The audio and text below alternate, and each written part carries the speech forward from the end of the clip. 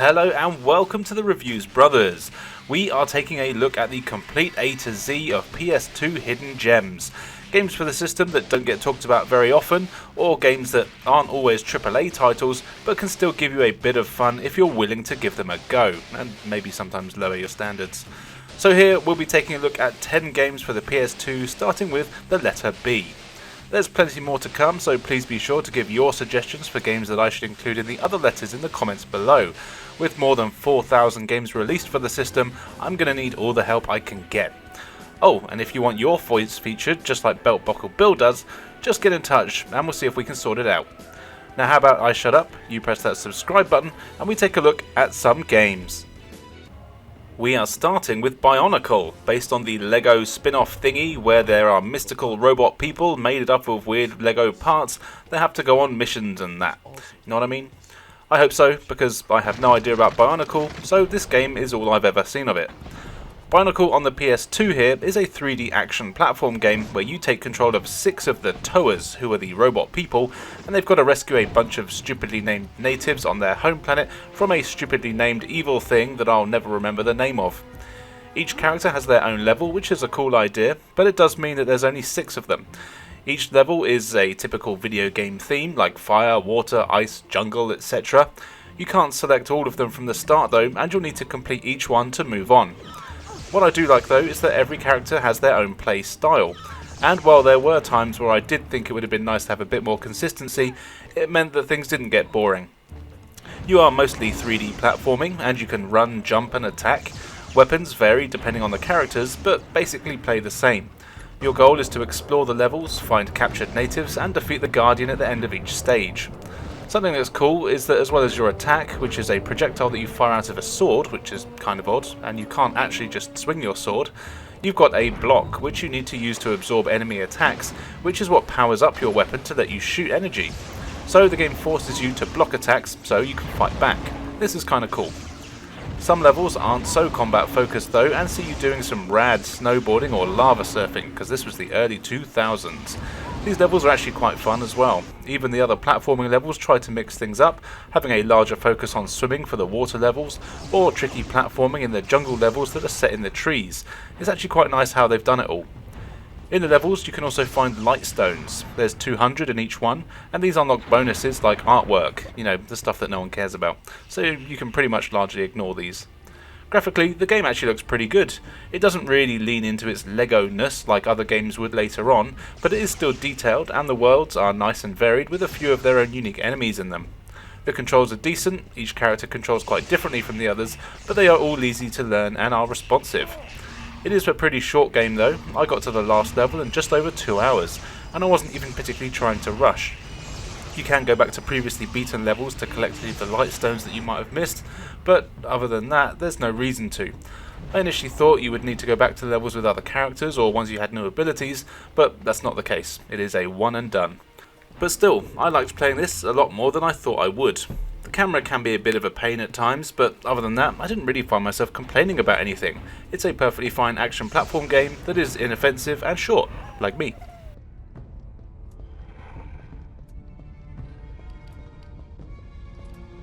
Next up is Bujingai, sometimes known as Bujingai, the Forbidden City. I always thought Bujingai was a name for boobs, but what do I know. This is a third-person hack-and-slash adventure game where you play as an old god, who is also a Blade Master. You are defeated in battle by another evil Blade Master, and after 5,000 years, you come back to get your revenge. But wouldn't you know it, in your absence, monsters have started popping up all over the place. Being a Blade Master though, you've got some funky swords as well as some magical abilities that you'll need to use to fight enemies and kill the bosses on every level. The levels here all play quite similarly. They're pretty small and compact, and you have to explore every inch of them, killing all of the enemies you come across so the doors or magical barriers that are there disappear and you can progress. Some levels give you different objectives, like having to collect a certain number of orbs or beating a time limit and so on. Some of the levels though are more vertically orientated, meaning you have to do some cool parkour to reach higher levels. Thankfully you can wall run and even glide for a short distance. Sometimes these levels can be confusing to get around. You do get a map, but it only shows you where the exit of the level is and doesn't show if it's higher or lower than where you are. That's up to you to find out. but it's never too crazy hard to find, and most levels only take 10 or so minutes to get through. But the combat here is really where it's at. You've got two attack buttons, a weak and a strong one, both doing different combos, and different button presses of both of them at the same time do weird combos as well. And they all look really cool, with you flipping around all over the place, chopping shit up. It's super easy to pick up and play. You also have a lock-on that you can do. When you're locked onto enemies, this lets you do different moves as well, and you can also block their attacks. When this happens, the game will pause for a second and you can get off a powerful counter-attack. What I also like is that even when you're not locked on, if you time your attack right so it hits another enemy when it's trying to attack you, this also starts a counter where you can do some massive combos. And like I said, there's a few magic attacks. You get fireballs or whirlwinds, and these are all very powerful, but you will need to fight to build your magic meter to keep on using them. After every level, you go back to your base where the story will progress, and you'll be able to use the orbs that you've collected to upgrade your attacks, or you can upgrade your health and magic. These upgrades are quite expensive, so make sure you kill everything you see and get as many as possible. These orbs are also littered around the levels and often in places where it's tricky to get to them, so you've got to do some pretty cool platforming to collect them. I like this touch. Graphically, the game looks fantastic. The characters are all really well animated, even if they are a bit generic looking, but the use of colours and effects here are great and it all moves at a really good pace. The controls are simple and work well, and my only real complaint is that maybe that your attacks are a little too flamboyant.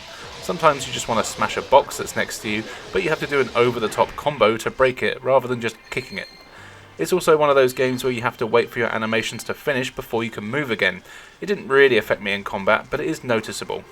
Overall though, this game is really fun. I'd never heard of it before downloading.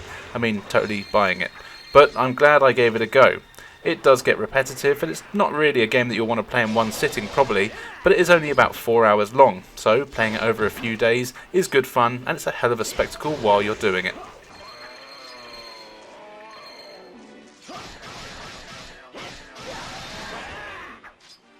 Fighting game time now, and here is Bloody Roar 4, a fighting series that really should make a comeback. Bloody Roar is a great one-on-one 3D fighter that started out on the PS1 and hasn't had a game since the PS2 era as far as I'm aware. There's the usual boring fighting game story here, but the big difference from the main mechanic here is that all the characters can change into a beast form, making them stronger, faster, and giving them access to a whole bunch of new special attacks. And the character selection here is really cool. You've got a bunch of generic fighting people, as well as weird looking freaks who all resemble their animals in either some sort of look or personality way. Depending on who you choose, you can turn into lions, tigers, chameleons, rabbits, bats, wolves, bugs, and more. Each beast form also has a fighting style that matches it, so you'll be biting or clawing your way to victory. Each fight is the best of 3 rounds, and there's a slight change from the other games in the series here, where you used to have one life bar for both human and beast form. In this entry, you have a separate life bar for your human and beast forms. So if you get beaten to a pulp in human form, you do still have a chance to win in beast form in that same round. And the fighting here is really fast, responsive, and easy to pick up. You've got a few attack buttons, a grab button, and a button that transforms you between beast and human. You can transform at will, which is nice. Pulling off special moves is easy and uses Street Fighter style inputs. These work well, and you can pull off some really cool combos quite easily, which is nice. There's also power moves and super specials, which all look really good. The best ones though are the moves that start with you doing a combo as a human, but see you transform halfway through but carrying on the combo. It's just really cool to see and satisfying once you pull it off.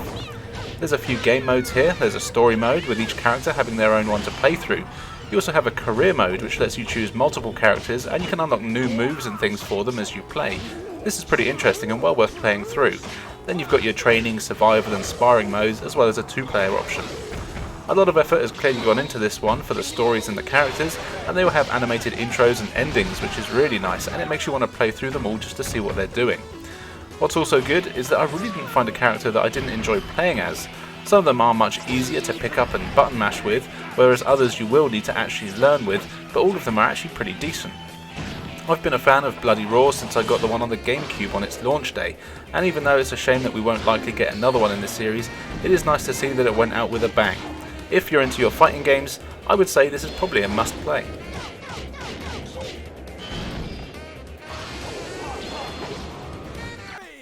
If you prefer your fighting games to feature construction vehicles instead of people, then you might like BCV, Battle Construction Vehicles.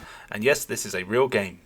You play as Hayato Kongo, a kid who was actually born in a construction vehicle and is the best behind the wheel of any construction vehicle you give him. You are in charge of a construction company after your dad passes away, and it's not going well.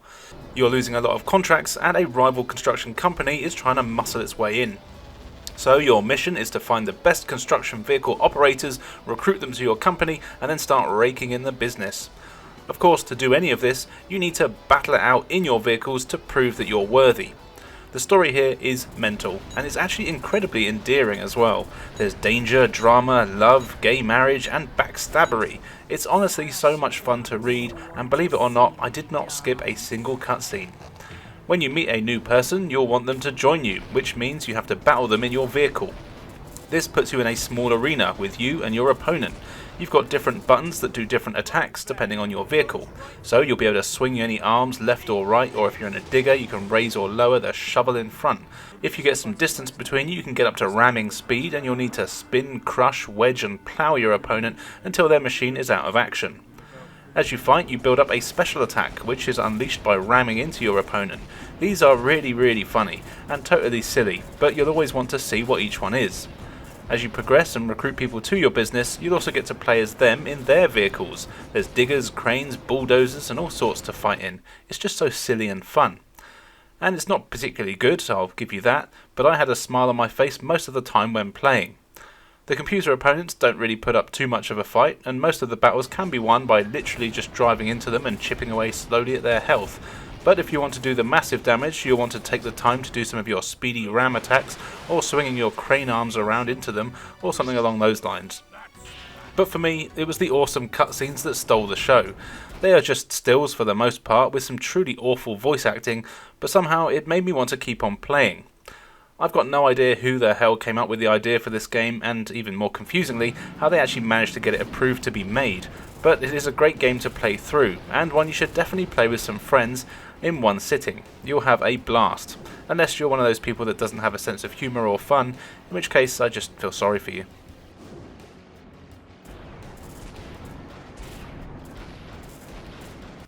And don't worry, for those of you who prefer your battles to be dance-based, I've got you covered too, with B-Boy. B-Boy is a breakdancing battle game which is exactly as 2000s as you'd expect. You play as a rookie dancer who wants to earn a reputation as a breakdancer, and the only way to do that is to practice busting moves, earning money to buy new threads, and doing other such things that I'm too old and white to talk about. You create your character at the start of the game, and if you're too lazy to name them like I was, you get stuck with the name Custom. Then you're taught the basics of dancing, and it's actually quite easy to pick up. In your apartment you can practice your moves, which is nice. Then once you're ready you can log on to your MSN Messenger account, where you'll have messages from various people challenging you to battles, either one-on-one or as part of a competition. The battles all have a similar format, with each person having 45 seconds in which to put together as big and cool a routine as possible, and whoever does the best one wins. You've got a few moves at your disposal, like windmills, 6 steps, holds, spins and more. As you compete, you'll unlock more than 30 different moves to do. Each of the core moves is assigned to a button, and you can just press that button in order to start doing that move. Once you're doing it, you can then start to add variations of it by doing a button combination and then pressing it again. So for example, you might press square to do a windmill, and while you're doing that you can press up, left and square again, and you'll do a slightly more advanced version. It sounds more complicated than it is, and it actually works quite well. Also, the more you use a certain move, the better you get at it, which is really cool. And as you'd expect, it's all about timing here. You need to make sure that your transitions between moves are timed well, so you stay to the beat. This is harder than you'd think, and also some moves don't transition into other ones without needing to stop dancing, which will mess up your combo. So you really need to learn what moves go smoothly into other ones in order to beat some of the harder characters. As well as this, you also have a beat meter going around you on the floor. For extra style and points, you want to press L1 in time with the beat to keep you in time. When your opponent is doing their routine, you can use disses to try and put them off their stride, so basically you can insult them or do a nasty gesture. Sadly, this isn't an 18 rated game, so they're pretty lame. The songs here are all licensed ones, and it's actually got a really good hip-hop soundtrack, which is why you're probably listening to some royalty-free music at the moment. But in the actual game you get some Black Eyed Peas, James Brown, DJ Shadow and more. It is pretty sweet. and surprisingly, the game itself is actually quite good, and also addictive. It is hard to master, and you'll definitely need to spend time doing the tutorials, but the good thing is that the more you use the certain moves, the better they become, the better your dance routines look, and it is really cool to see your character progress. And your character does get better at the transitions and holds the more you play. This is a nice touch.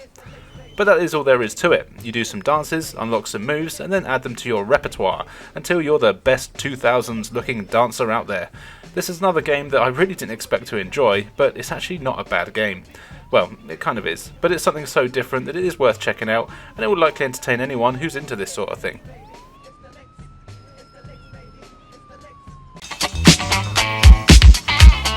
This here's a game for all the players trying to break blocks like a major gamer. Tune them down cause you are a baller, smashing them up till they get smaller.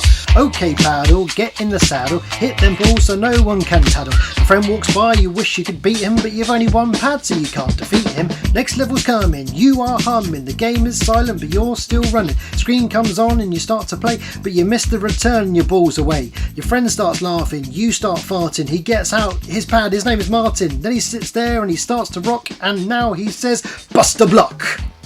Buster Block, or as I keep calling it, Blicky Block, Bricker Block and Buster Brick, is a 3D realisation of Breakout where you star as the paddle.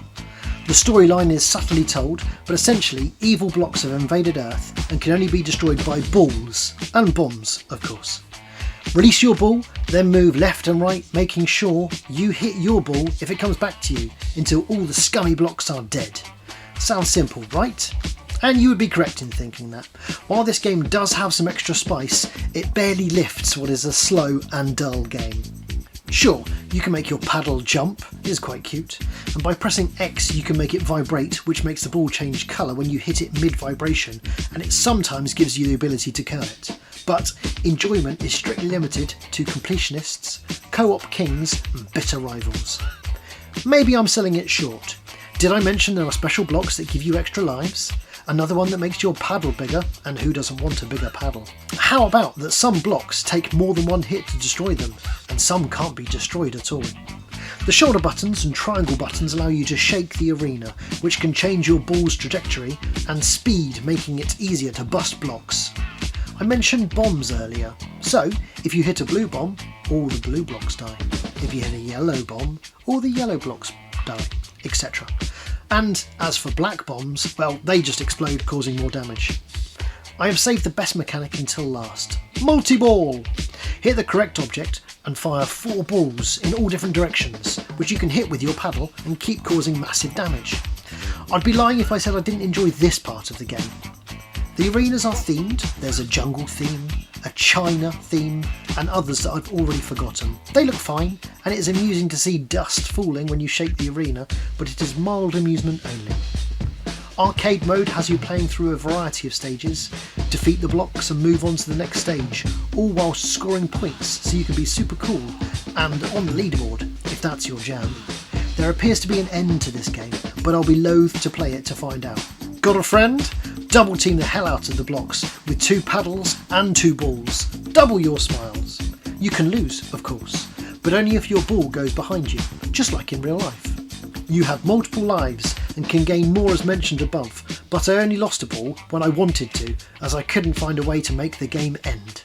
Oh, and sometimes you have a temporary barrier behind you, and sometimes not, and I never worked out why. Versus mode has you pitted against your bitter rival. Who can score the most points? Who can lose the least lives? Who can break them all? Without this mode, I would have had no real joy. It'll always be fun to beat your friends and family and strangers. Finally, endless mode, where you take on stage after stage of block breaking with no end point. Literally the least fun I've ever had, and I've had a vasectomy. The strangest thing to me is the lack of music. The sound effects are fine, with baps, blips and bangs, but having no music is just plain weird. It makes a game that is already quite slow, super slow, and really lacking in atmosphere. As a freebie or a gift, sure, you can have a good few minutes of entertainment. Got a friend? Then you have a few minutes more, but I would challenge anyone to enjoy this game for longer than half an hour. Anyway, maybe give it a go? Probably don't. Thank you for watching and or listening, and if you like this content, then like. If you want to see more, then subscribe. And in the wonderful words of Corporal William Hudson, game over, man! Game over! Thanks for that, Beltbuckle Bill. But I think it's about time we shot some stuff in the face. So here is Blowout. You play as the terribly named John Dutch Kane, which seems to be the default name for when a developer wants to have an edgy character. And boy is he edgy. He's wearing a bandana, talks exclusively in a gruff one-liners, and has a permanent cigarette in his mouth. Pretty cool. You are part of a crack group of space marines sent to investigate a giant space platform that's gone quiet for some reason. Turns out that reason is a hell of a lot of bug-like aliens have taken it over and killed everyone on board. So your mission is to explore the space station and kill all the bugs. Interestingly, this is actually a 2.5D run and gun game, and you don't really see many of them on the platform. At first it kind of seems like it's going to be a Metroidvania kind of game, but actually it's not. It's divided into some relatively large but kind of linear levels. There's doors, lifts and secret passages all over the place that you'll need to get through to power on to the teleporter, which basically is the end of every level. Once you've powered on the teleporter, you still have to go and find it though, and make it out of the stage. It plays very much like an old school game, with the main thing you need to be doing is finding key cards of various colours that will open locked doors. There's also blast doors on levels that are all numbered, and you've got to find the right number switch to open up the right number door and progress. The levels are pretty large, and you do need to explore quite a lot to find everything that you need. Thankfully, getting around is pretty easy thanks to a good map that is at the top right of the screen. This shows where you've been and where you need to go. You can also find a map computer that completely reveals the map, but not always its secrets. You can destroy a lot of the walls to open up shortcuts, which is a nice touch, and it does mean that you'll be shooting pretty much every wall you see, just in case. Of course, there's a ton of enemies all over the place as well. They're all very bug-like, which, to be honest, I've never really been that interested in games. It just seems like a bit of a cop-out. The only time I've liked it is in Starship Troopers films or the Earth Defense Force games. This means that you've got enemies that look like wasps, ants, beetles, slugs and that sort of thing. It's nothing you haven't seen before, and I'm sure some of the sound effects are the same that the zombies make in the original Quake. Every level does have its own boss, and these are kind of fun to fight. Interestingly, the game changes so you're shooting into the screen here and not on a 2D plane, making it easier to dodge attacks. You get a few weapons on your adventure. You've got a machine gun with unlimited ammo, which is weak and can overheat, but it's probably still what you'll stick to most of the time. Other weapons like the shotgun, laser, flamethrower and rockets are much more powerful, but can run out of ammo pretty quickly. Actually aiming can take a while to get used to. Instinctively I was trying to use the left stick to move and the right stick to aim, but in fact you only actually aim up and down, and you use the left stick to do this, which means you can't run in one direction and shoot in the other. You can only shoot forwards basically. So really the game plays more like old school shooters like Metal Slug and Contra. Thankfully, unlike those games, you do get a life bar here, so you won't die in one hit. It does take a little while to get used to, but you'll be fine. Another slight complaint is that all the levels feel way too similar. They're all on a space station and just a mixture of greys and browns. There's very little to distinguish between them all. It doesn't mean that the game isn't fun though, and even though it really seems to be a budget game, the exploration is quite addictive, and I found that I wanted to keep exploring even when I'd got all the keys and opened the teleporter, just so I could find more ammo or maybe a weapon power-up. While this isn't a game that will blow you away, it is still a bit of fun and a good blast for a few minutes every now and then.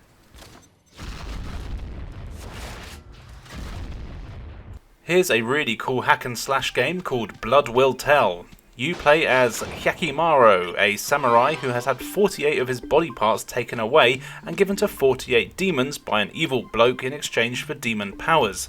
Somehow you survive all of this and even get some fake limbs and sword arms attached to you, and then you set out to track down the 48 demons to get your body parts back.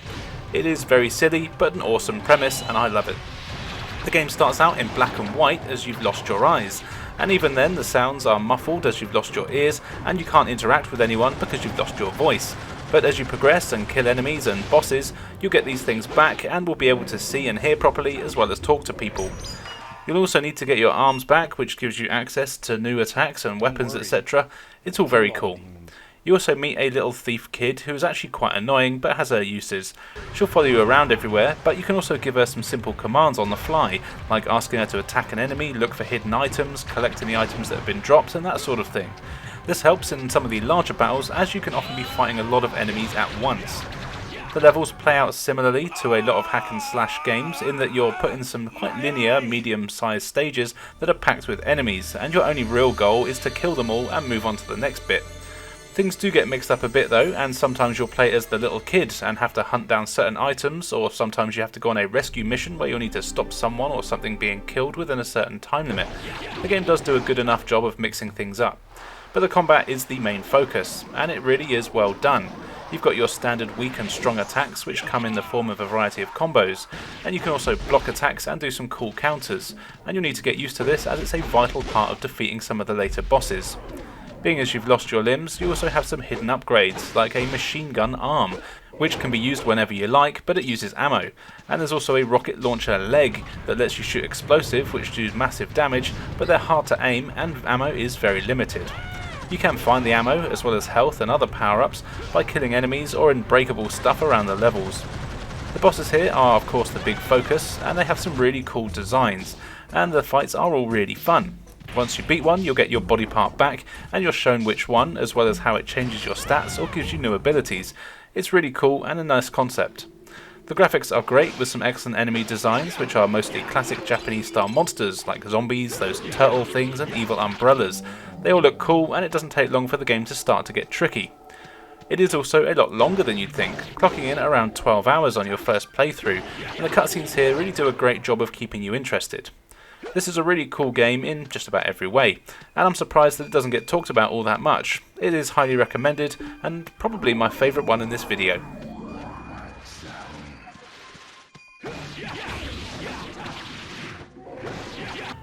If 3D platform games are more your thing, then you might want to check out Brave, the Search for Spirit Dancer.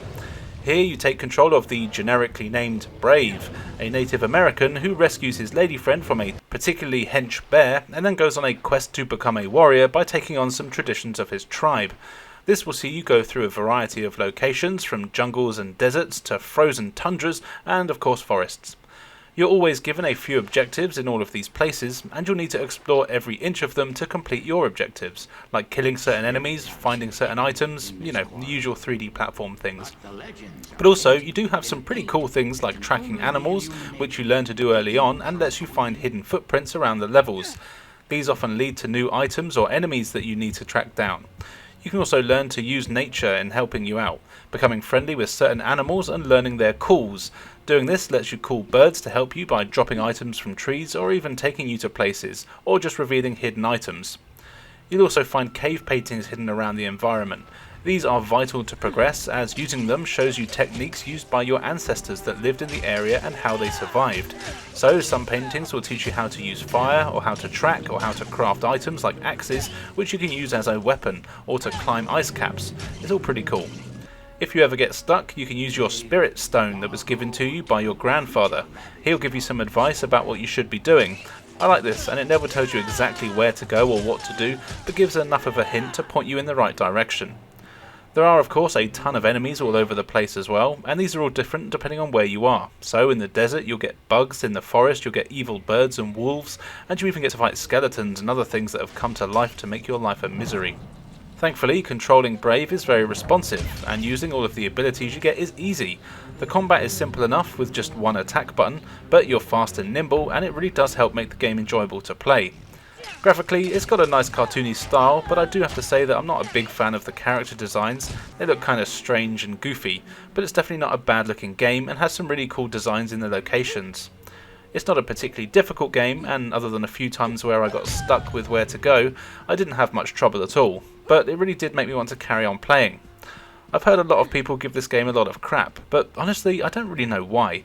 I think where it's cool to shit on things on the internet, this game gets a bit of a bad rap, though it's actually a very solid platform game. Sure, it is a little bit generic, but it does actually have some really cool ideas of its own. I recommend giving this a go for yourself to see if you enjoy it as much as I did.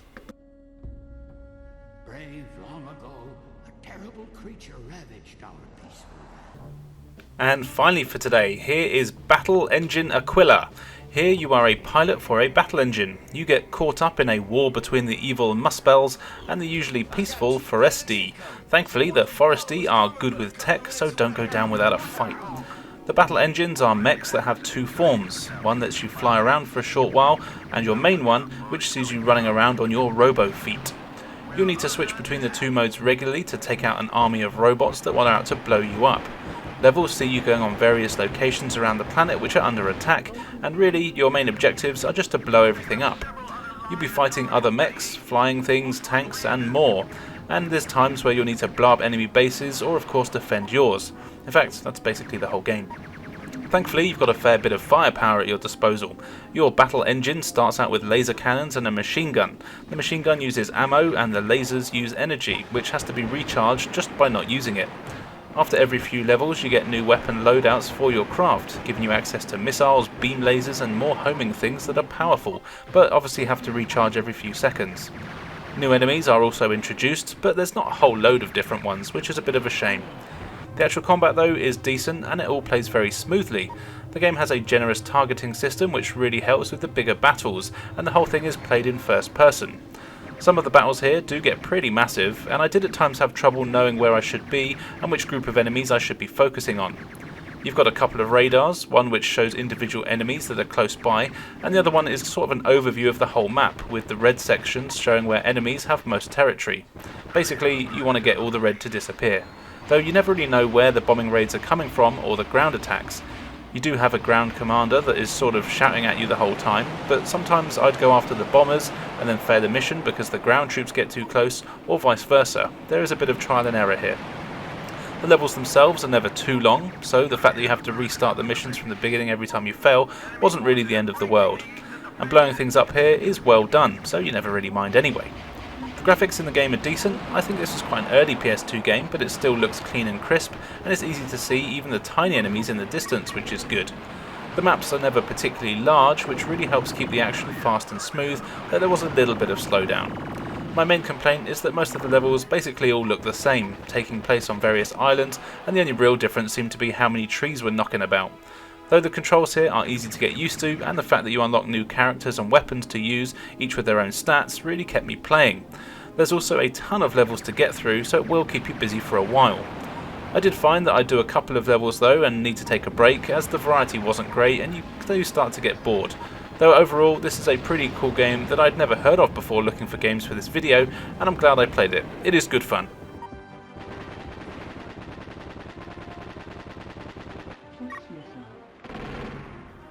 So there you go, 10 games for the PlayStation 2 that don't get talked about all that much, starting with the letter B. There were literally hundreds to choose from, so getting only 10 wasn't easy.